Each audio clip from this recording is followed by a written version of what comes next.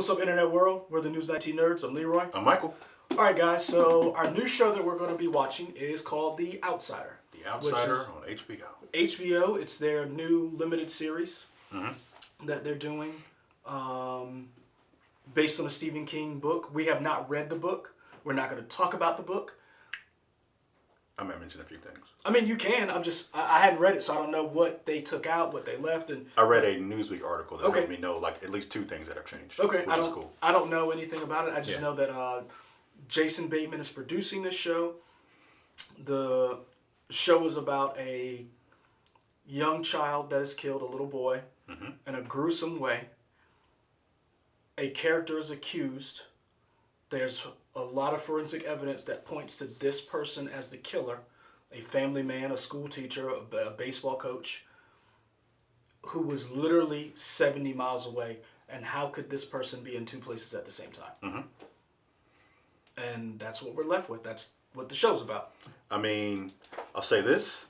I don't feel like it's a spoiler, but if it's Stephen King, there's probably something freaky going on. Oh, yeah. I feel like that's safe to say. There's always some kind of supernatural or horrific element. And I just want Stephen King to do a comedy.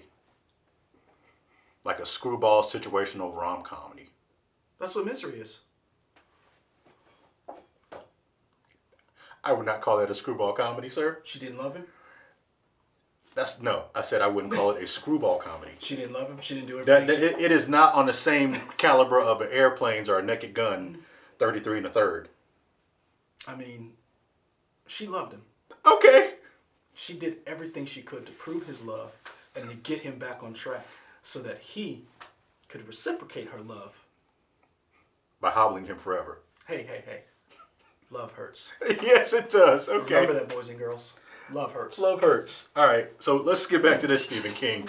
You went there. I didn't, because I didn't say it. Whatever. Yes, you did. Nope. You said you wanted Stephen King to do a romantic comedy. He already did that. That wouldn't... Oh, God, I hate you. This is not a romantic comedy, at least not yet. This is some intense stuff. Yeah. It was reminding me, I'm getting images or like touches of like a True Detective.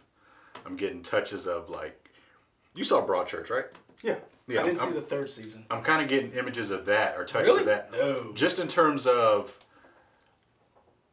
one thing that people love Law and Order for and SVU. You love SVU, or at least you like it.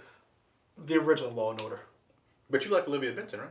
No, she gets on my nerve. Really? I thought you always talk about it like she's great. I've watched it. I watch it because it's on, because it's everywhere. It's been on, 20 years? Yeah. But it's not one of my favorite is the original Law and Order, followed by Criminal Intent. Okay. The one thing that... When it was on NBC. The one thing that Law and Order does, or that it doesn't do, is that whenever it does a crime, for the most part, it doesn't really follow the victims a lot. It kind of, you get the crime, then kind of solve it. Because it doesn't care about the victims. Right. And unless it's SVU. Yeah, and I feel like that's kind of to the detriment. One thing I like about this show and shows like Broadchurch and stuff like that is it follows the victims. Like it follows everybody's lives, which I think is great. This is where, and I wish we were going there because I have. Did I bring it? Oh, anyway, I actually have the book, the coffee table book, and it's not that expensive. It's about $5 from Dick Wolf and the police who help, and the directors and producers. I disagree to the detriment. The beauty of Law and Order and why it was so different is because most of your other TV crime procedurals did follow the victim, did focus on the actual, and this was about the people who actually prosecute the cases and showed a very true look at what goes on as police officer investigate these crimes, because it basically tells you in the beginning, these are the story, like it literally gives you a description. SVU did that. That's what you talk about is detriment. That's what SVU did, and that's where Dick Wolf said, I want to follow the victims more and show more of the detectives and show how they deal with these because of the crimes that they are. And that's where SVU comes in, and then you saw a little bit more with that in Criminal Intent, where there were more character studies.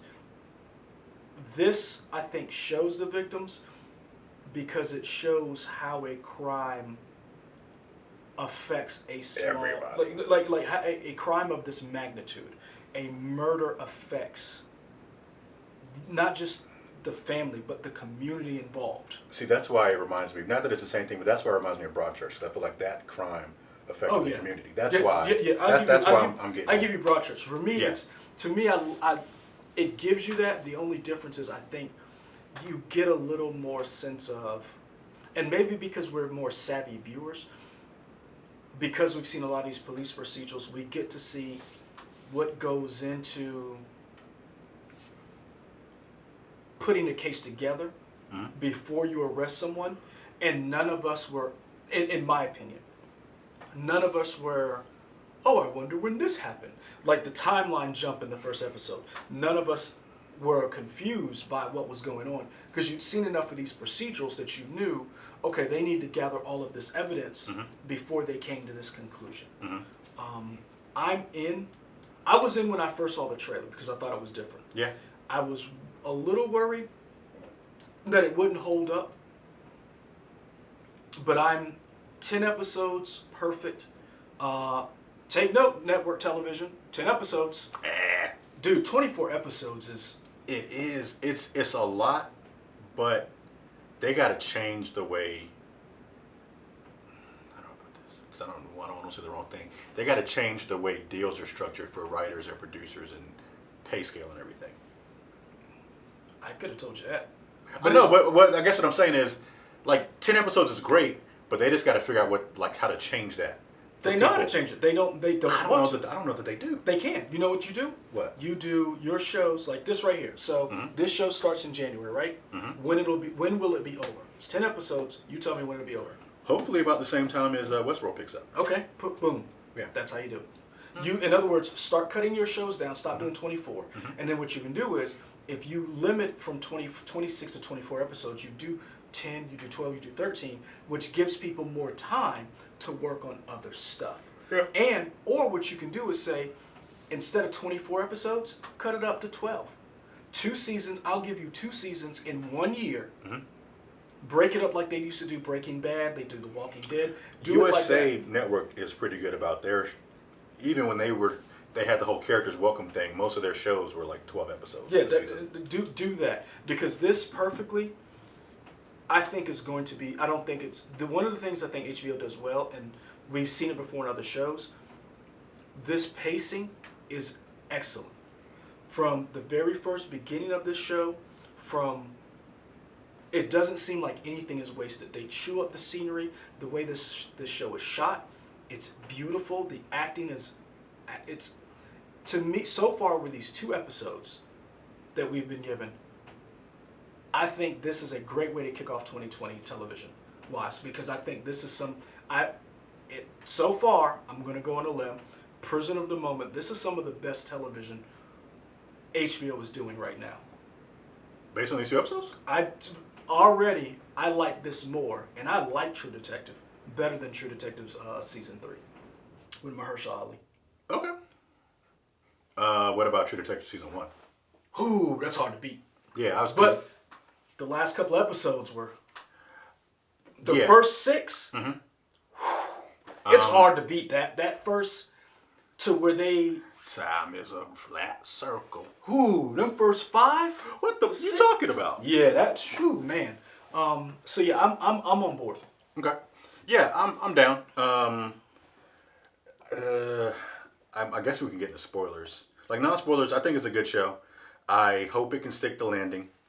Yeah, that's we're going to see. Hopefully, being 10 episodes and they know what they're doing, they have the source material. They won't run into a Game of Thrones situation where you go past what R. Martin already did, and now you got to come up with stuff, and you're like, you kind of get an uneven season that people would agree wasn't critically acclaimed like the other seasons were. Well, I will say this. One of the things that this show is doing, and Stephen King does this, ever since his stuff has been adapted for television or movies, he has taken a more proactive role in helping write and craft and being open, because he is famous for hating the original Shining and just lambasting it, never liking a lot of his stuff that was translated onto film, which was interesting when people were like, Dr. Sleep or Sleepless or whatever. Whatever the sequel is. The sequel was. I think it's Dr. Sleep or something. when that came out and he had signed on and was championing people watching, they were like, it's a sequel to The Shot. Like, what? So I think that the Game of Thrones effect, we won't see that here. Whether or not it's good, we don't know. But I think you're going to get a more pure Stephen King throughout this, because he is hot right now between this show, Dr. Sleep, or whatever that thing that came out last year.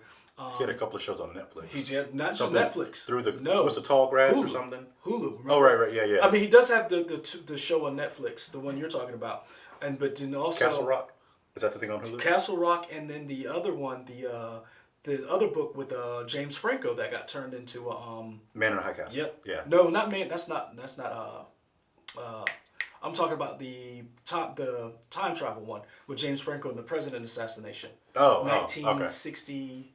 Okay. Y'all let us know all these shows, man. I can't keep up with Stephen King is hot right now as Yeah. far as his properties being turned into television and movie. You want to do spoilers? You ready? I mean, yeah, there's... You feel like overall, Lauren? Feel like Lauren? It's just, I don't really know what else to say non-spoiler. We enjoyed the show. It's only 2 episodes in, so I mean, like, what else can we say? I like the way it's shot. I do think it's slow-paced. So far, that is cool.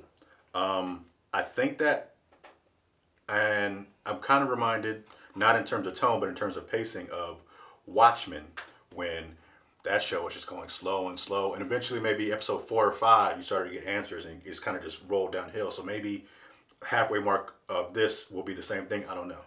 Okay. So I said the same thing when we did our first review for Watchmen. I was like, this show is great. I'm really enjoying it, but I reserve my right to change it if it doesn't answer stuff. Okay. And I think it did for Watchmen. So hopefully let's do the same thing. Okay. So guys, spoiler hands. Yeah. Spoilers. Ha! Jason Bateman dead. Episode 2. One thing that this HBO, kudos to HBO's trailer people, because with this and with Watchmen, the trailers really didn't give away a lot. Like, they showed you different, they were able to pull stuff from different episodes so you didn't know exactly what was going on. I definitely thought Jason Bateman was going to be throughout this entire thing, the way he was in the trailer. Gotcha! Yeah, same way with Don Johnson and Watchmen. Nope. Judd. Yeah. Nope, not at all. And I wonder if, are we going to get flashbacks with Jason Bateman, maybe? Probably. Or is Jason Bateman not Really dead? I mean, you're dealing with Stephen King. Who knows? So the show starts off with a kid who gets murdered. Jason Bateman is the suspect based on all of the physical evidence and all of the video evidence. Did the boy get raped too? He was sodomized. He was sodomized. He was sodomized with a branch. Mm-hmm. And his back was ripped out or something? He had bite marks. It was crazy. He had bite marks all over him where he was ravaged by some creature, some entity. Ben Mendelsohn, who plays Ralph Anderson, who is the... I was going to shout out, we've talked about Ben Mendelsohn before, how he's kind of an unsung hero, because he's usually always a bad guy, because he does a bad guy well. It's nice to see him as a good guy. I always like to see people do things that you don't normally associate with them just because it shows their range. Like, yeah, let Ben Mendelsohn be a good guy. Ben Mendelsohn plays a great junkie. He does. So, what was the Brad Pitt movie with and James Gandolfini's last movie? It was him and Scoot McNairy, where they were junkies and they had robbed the mob's backroom game, and love that movie. But they had done a lot of stuff in New Zealand and Australia, and Ben Mendelsohn plays a cop, or is it the cop or sheriff? Because I didn't quite catch that. He was able to get. I don't think he's a sheriff, because in my mind the sheriff is over the department. I don't think he's over the department. I just think he might be like a captain or a detective or something. Either way, but the thing is, I was trying to figure out. He's not the lowest on the rung. No, he's not. Of the department. So Ben Mendelsohn is like, okay, he's in charge. He has all this physical evidence. He has all this forensic evidence. And he's like, Jason Bateman, a.k.a. Terry Maitland, is the killer. I've interviewed these witnesses. I have video evidence. And the whole time he's watching this, he's unsure of what he's seeing because whenever someone commits a crime, they don't attempt to give you all of the evidence to catch them. And it seemed as if everything Terry Maitland did was to you at home, whoever's viewing this, I did this. Right. So he works, I guess he works for the GBI, right? Georgia Bureau of Investigations. I assume that's what that stands for. See, I don't know if it's the Georgia Bureau or if that was... Again, I don't know the jurisdiction, but... They are in Georgia, though. Yeah, they are in Georgia. Yeah. You got a small southern community, small southern town or whatever. Everybody knows everybody for the most part, that type of thing. I really like the way that, going back to the editing, the way it was shot of... He put so much work into getting that case together. And we see the one scene of him going to his son's grave. His son died of cancer. And it seems like maybe there might have been something else going on with his son. Did you get that? Like it wasn't just cancer, it was something else before the cancer got him? I might have been reading into that. I don't know. This is the thing. We know that something... We know him and his wife, and I cannot remember his wife's name because she's not on this page, what I wrote down. We know that they're still dealing with the death of a child. And so this young kid who was murdered hits home for him. So he... See, and I get it. It's hard when you have a child to deal with things that deals with kids. Scott Snyder talks about that religiously. He has a hard time writing Damian Wayne. Scott Snyder is a world-renowned Batman writer. Gave you Court of Owls, all that stuff. He says, I have a hard time, because people asked him and said, why do you hate Damian Wayne?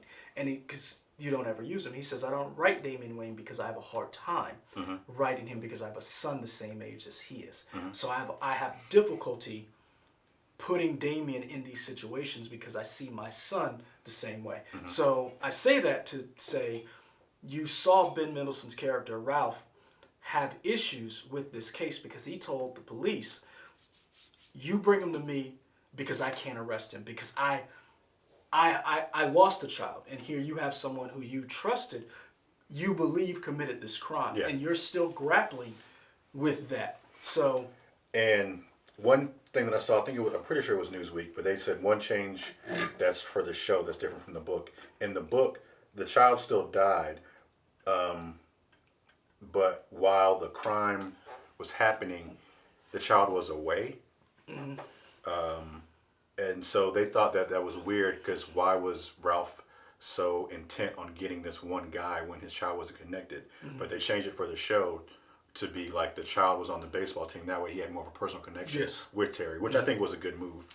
Which we saw in episode 2, that personal connection, which I would have liked to have seen a little bit more of that before Terry died, and we can get that in a second. But I liked the first episode, and I'm glad, I will say this, I'm glad HBO gave us 2 episodes, because that first episode seemed to go by so quick. It was so engrossing, it was so, the build-up, getting to that point of Ben Mendelsohn, Ralph tracking down these clues, these leads, talking to Yul Vasquez, who is Eunice in this show. You saw that, the relationship between the officers, and then you get to that moment, and you're like, he did it. He had, like, here's all this evidence. Yeah. And Jason Bateman's character's like, what the? Like, he's like, this is all a mix-up that will be resolved fairly easily because I was literally 70 miles away. And in that first episode, we also get our first touch of the supernatural, or something's going on. Because I think it's maybe the first time they go to Terry's house after he's arrested. And the wife was like, what are you trying to do? You can't take all the stuff. They said, no, we have the warrant. We can pull whatever. Like a camera kind of slow, it zooms into the into the background and like does a slow rack focus of everybody going away. And it focuses in on this one guy in a hoodie. I say a guy, I'm pretty sure it's a guy, but one person in a hoodie. A creature in a hoodie. Yeah, we don't know who this person is, but they're We don't know what it is. Fair enough. To me, I always felt like I saw a goatee, but I don't know. Whatever. It doesn't matter. That face was kind of mangled, man. I don't know what you saw. Fair enough. This entity is wearing a hoodie and is intently focused on whatever's going around and slowly walks away. And you were like, well, this person knows something. This creature does something. So we kind of get an idea of something's not right, which is cool. The first episode to me really left. To me, was a great first episode because it left you like, I want to know more. I want to know what happened because we saw Jason Bateman get arrested, and one of the things that I think they did a good job was showing, which it's almost a duality where you want to show how harsh and how bad the criminal justice system is once it gets going. But then you also see the humanity of this guy who's caught up in it. And you're like, it's not fair. But then you also, in the back of your mind, you're like, man, there's a lot of people in this situation who didn't do whatever it, and so he got locked up. He goes to jail and he gets processed. You do the squat and cough, and you're naked, and you have these guards just yelling at you because some of these people are lifers. Some of these people really do deserve to be there. And you know in your heart of hearts you didn't deserve to do this. And someone's like, oh, you the child killer. Oh, I'm coming after you. And you're like, and I'm quite sure I would have liked to have a little bit more with Jason Bateman before he got his untimely exit, because that has got to be hard to deal with. Like the presence of mind to realize as you're going through this, and it's people who you thought were your friends are now turned against you because they believe you have done the most horrible, horrific thing possible. And you, going back to like a broad church or whatever, seeing how it affects not only Terry, but his whole family. Julianne Nicholson plays his wife, Gloria Maitland. She is trying to protest her, or profess her husband's innocence. Nobody wants to listen. Oh, the whole cares. town hates her. Oh yeah. And her children are getting threats and bullied and all that kind of stuff, and they're dealing with stuff. It's a crazy situation. You see more of that in episode 2. The thing that I thought was interesting in episode 1 was how this one murder can affect an entire family. Like that entire family is eviscerated. 2 families. Because the child's family too. True. But yeah, the child's family, but Maitland's family is still. There's 3 of them. There ain't 3 of the other. The other So you had in the first episode, son dies, mom has a heart attack, dies. Wait, what? The kid who got murdered. The mom. Remember they had the funeral. The whole time where you see Jason Bateman, Terry Maitland going through, getting processed and all that other stuff. Remember the mom, they had the wake, and then afterwards the dad and the other son and the mom is putting that stuff together. Remember she gets the bat, loses it. Yeah. She has a heart attack. I must have missed that. She has a heart attack and dies. You blew my mind because I don't know what Dude, you don't remember? I honestly no. I remember the bat. She had remember she because she grabs her arm. I didn't see that. She grabs her arm because I remember the dad pulling the son back like, no, let her do what she do. And then she stops. She grabs her arm. Jeez. She grabs her arm. She falls over. Yeah. And remember it zooms in, slow zoom, and then you're like, and then they go to the hospital. And the two men are sitting in the hallway, the son and the dad. The doctor walks away. And then remember, I now remember, man. And so now we get to episode 2, and the kid the whole time is dealing with. Remember, they go coffin shopping. He's like, I can give you 20%. And he's like, and you saw the kid. It zooms in on the kid, and you knew something was happening because if you watched the first episode, you saw the teaser for the next episode, and you realize that the son is the one who tries to kill Terry Maitland.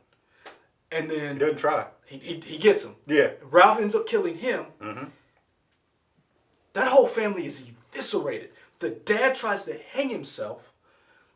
I thought he did. He didn't, remember, because he's in the hospital. Am I missing stuff? Yeah, you missed a lot. Because remember after he tries to hang himself, the black woman is running, jogging in the neighborhood. And you see the window get kicked out. Yeah, I thought. And then you saw the same hooded figure across in the yard, in the gazebo, whatever that fence is, that hedge. He's right there, or whoever it is right there. And then it walks off. Yeah. You go back to the hospital after Ralph goes to the hospital and speaks to Eunice. And then they talk to the Asian woman who just had the baby who got shot. And he says, do you want me to update you on the case? And she's like, no, Eunice already did. And he's like, Eunice is here, and they talk. And remember, Eunice is like, do you know this? And Ralph speaks to him and says, do you know this guy? And he's like, that's the dad. That's, I'm trying to remember what the guy's name is, but he's like, that's so-and-so. He's like, I've had 2 nurses already come up to me and ask me to sign off because there's no one else to contact. Yeah. Because the entire family is wiped out from this one murder. Yeah. Yeah, I don't remember the woman grabbing her arm. Yeah. I don't know what I did with my life. Because for 20 seconds. like Jason Bateman, because this is when I was like, Jason Bateman directed that because it was so moving. It was, they were getting the plates, they were getting stuff going back and forth. That camera just stood right here, and then you saw her grab, and you saw her look at the bat while everything was going on in the kitchen. You saw her grab the bat, and you were like, she is going to F up that entire house. Yeah. And then when she goes in, the camera doesn't go all the way in. It still stays there. And she does this. And you see her slump. And I was like, oh no. And that's when I was like, this is going to, it's going to ripple through the entire family. Because when I saw that, I was like, now you got a young man whose younger brother, he just watched his mom pass. He doesn't know how to deal with that. No one knows how to deal with grief. Right. Your little brother was murdered. Your mom just died. We don't even, and this is just, let's say this is a great home and perfect circumstances, and you deal with that. Oh, like to me that's the beauty of this show. That it's so visceral because you're seeing people deal with trauma that on a normal day would be easy to deal with. Yeah. Then you throw in, ooh. Are you worried that if this show is trying to do the dabble in a murder mystery situation, that it can't stick the landing because it's also trying to deal with supernatural? No. You think both will come together? I think this is going to be a good exercise, or at least attempt, in giving us something that, one of the things we always do in these shows is we try to quantify what evil is. And I don't know what this entity is. We hadn't read the book still. And we say this because we don't want this in the comments as I go to read them, because I'll be the one doing it. Don't spoil or whatever, let's just watch the show as the show. Whatever this entity is or whatever caused this death, it's going to be, and this is terrible to say, but we're watching this as an entertainment show. It's going to be fun to watch Ralph Anderson, Ben Mendelsohn's character, try to come to terms with whatever this is. Because we got that a little bit when we talked to the DA, when he talked about Roanoke, Virginia, when he talked about the plane that disappeared. We don't, how can 2 people be in the same place at the same time? Yeah.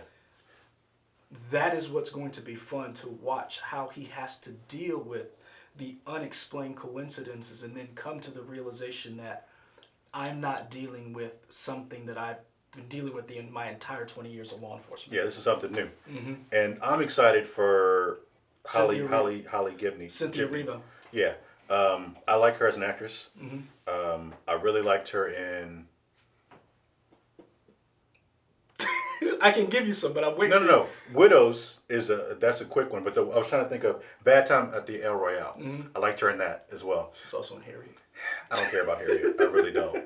I can go on a whole diatribe about Harriet. Harriet's fine. I get it. Well, cool. I'm glad that she got an Oscar nomination. Welcome to the dark side. But we have cookies. Because I've been preaching that for years, and y'all didn't want to believe me, and now everybody's on board. I got nothing against Cynthia.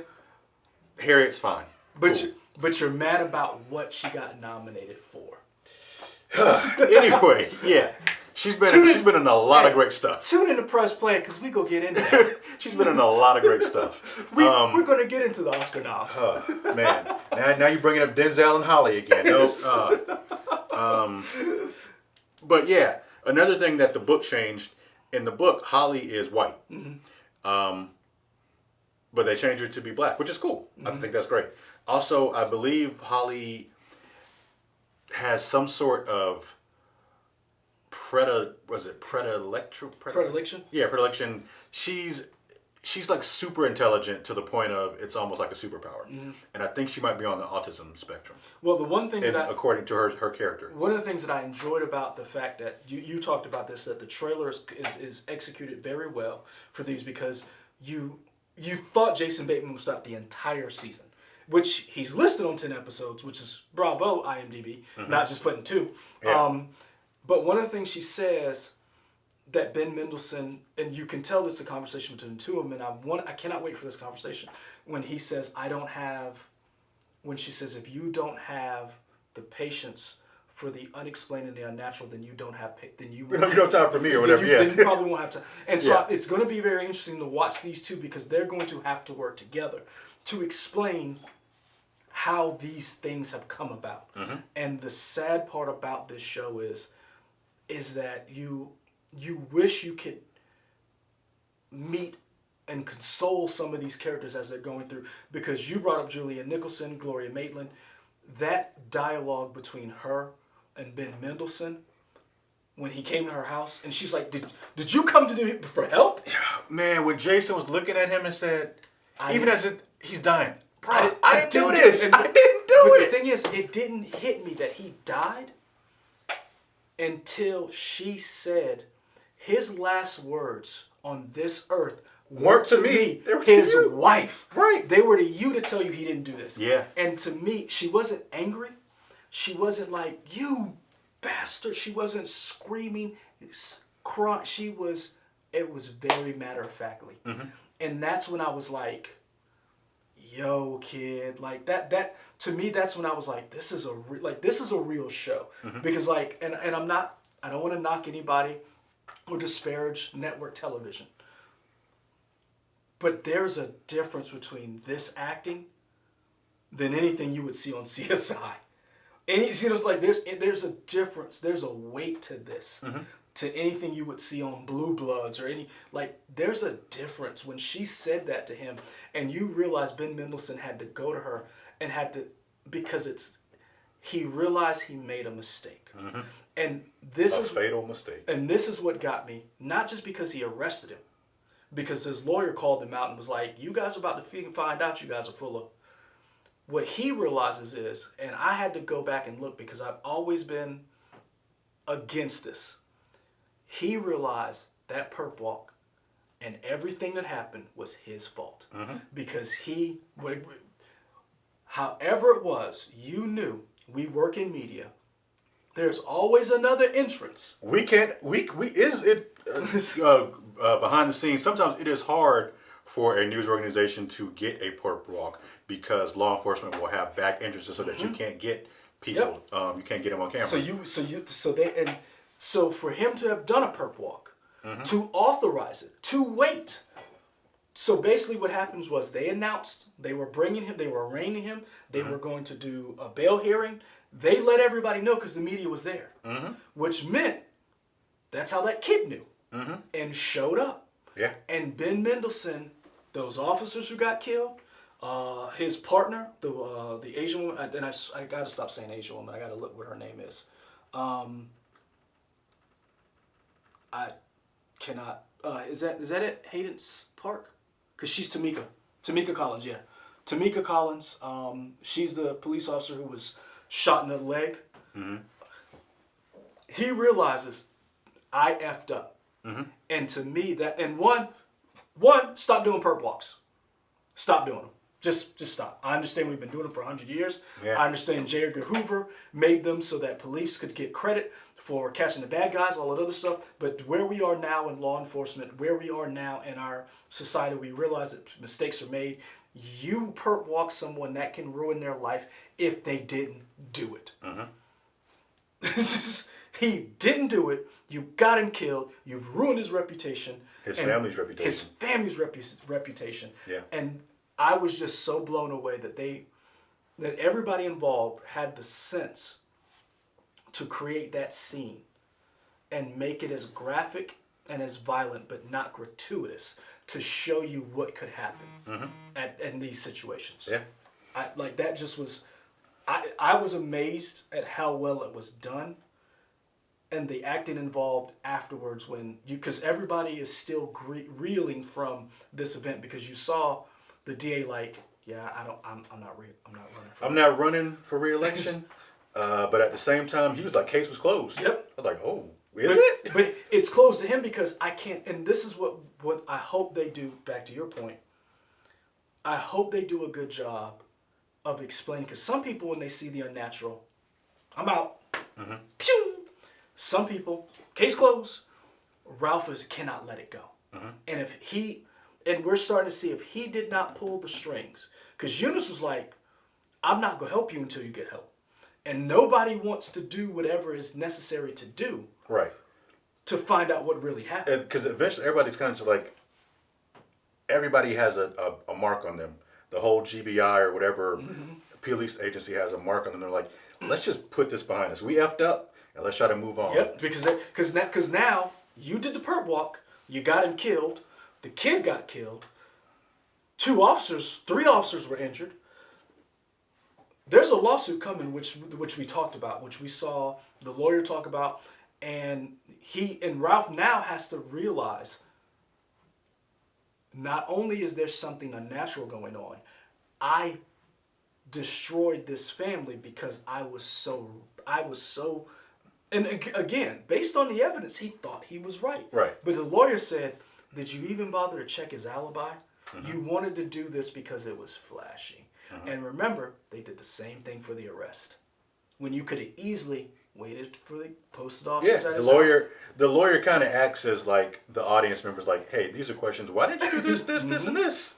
There's other ways you could have handled this and still arrested him. But, and keep in mind, the DA was like, we got him. Because remember when he found that book?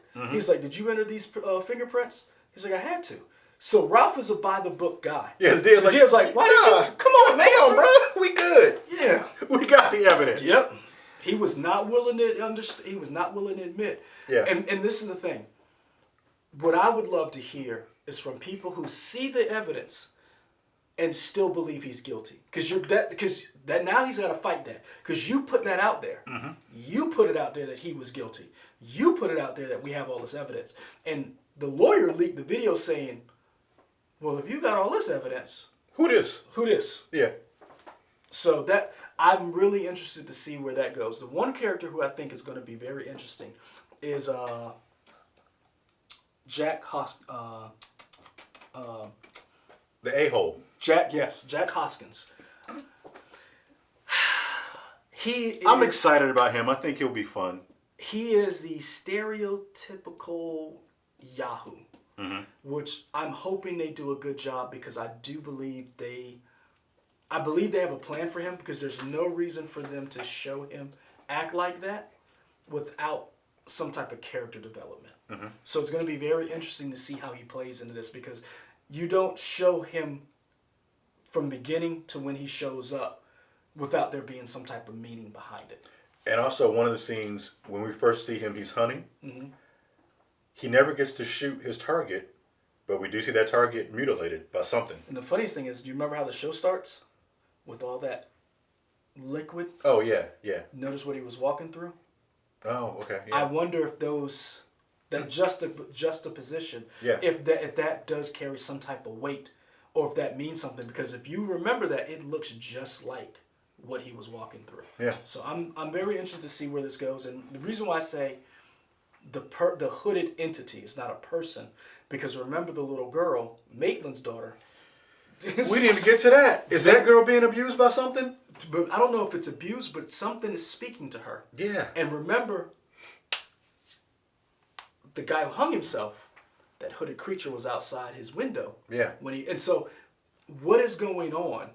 And does the creature feed off of people's pain or something? Who knows? My question is, and the creature followed them for some reason. It's attached to them. Yeah. Why?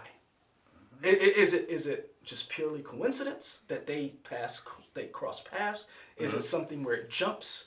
I don't know. But somehow, whatever that is, followed them from dating.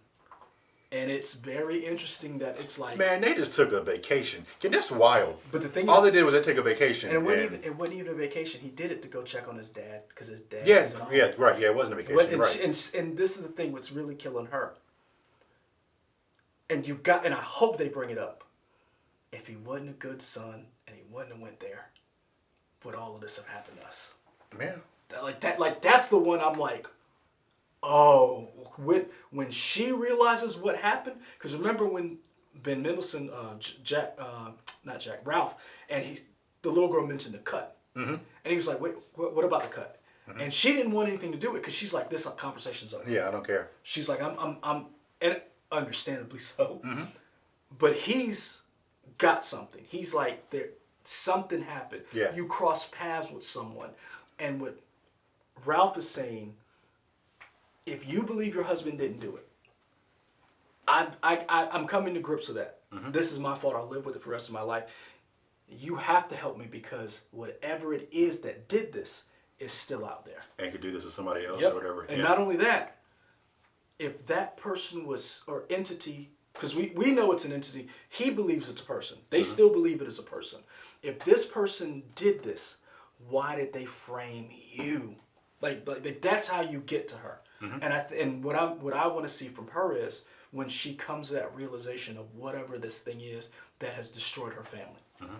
So we've been talking about this for a while. I'm in. I'm really enjoying this. The imagery. Shout out to Jason Bateman because he executive produces this show with Ben Mendelsohn. This show is directed these 2 episodes are directed very well. Hopefully the rest of them, we have 8 more. I kind of want to see the Ozarks now. Oh, really? So I was thinking the same thing. Just because I know he directed some of those episodes and he stars in the Ozarks. I kind of want to see it now. And he produced that. That's his show. He created and produced that show as well. So shout out to Jason Bateman, a very underrated actor and director. I always know him for comedy stuff, but he can do drama. Not just comedy. One of the greatest comedies, Arrested Development. Yeah. I mean, he's in rom-coms. You know. Don't do that. Like Misery. Don't do that. Sign us out on this point. Guys, we really appreciate you. If you stuck through all of this, really appreciate it. We're going to try to do these every week on Mondays. The show comes out on Sunday, so if you hadn't seen it, it's on HBO. Catch up. I would say, so it's not as flashy as Watchmen, but I still think it's a great show and you should give it a shot. Oh, yeah. Because I feel like it doesn't have the flash as Watchmen, but it's a good show in a different way. I will say this: HBO has built itself has built its reputation on prestige shows, and this is a perfect example of why. You grab a whole bunch of people, some you know, some you don't, put them together, give them the tools, and so far 2 episodes in now, we could be in episode 8 and be like, what the? But so far, this is a very good show. We're going to be reviewing it, try to review it every Monday. We're a little behind. Work. Hey, man, work is hard. Work is hard. So we really appreciate you. Like, comment, and subscribe. Let us know what you thought about the episodes. Are you in? Are you out? What would you like to see? I say this, and I'm going to say it again. We have not read the book. Let's not be dicks. Let's not spoil it. Let's just enjoy the show for what it is, and let's go through this adventure together. 2020, let's not be dicks. Where else can I find us? Here, on the YouTube, Twitter, Instagram, Facebook, WLText.com.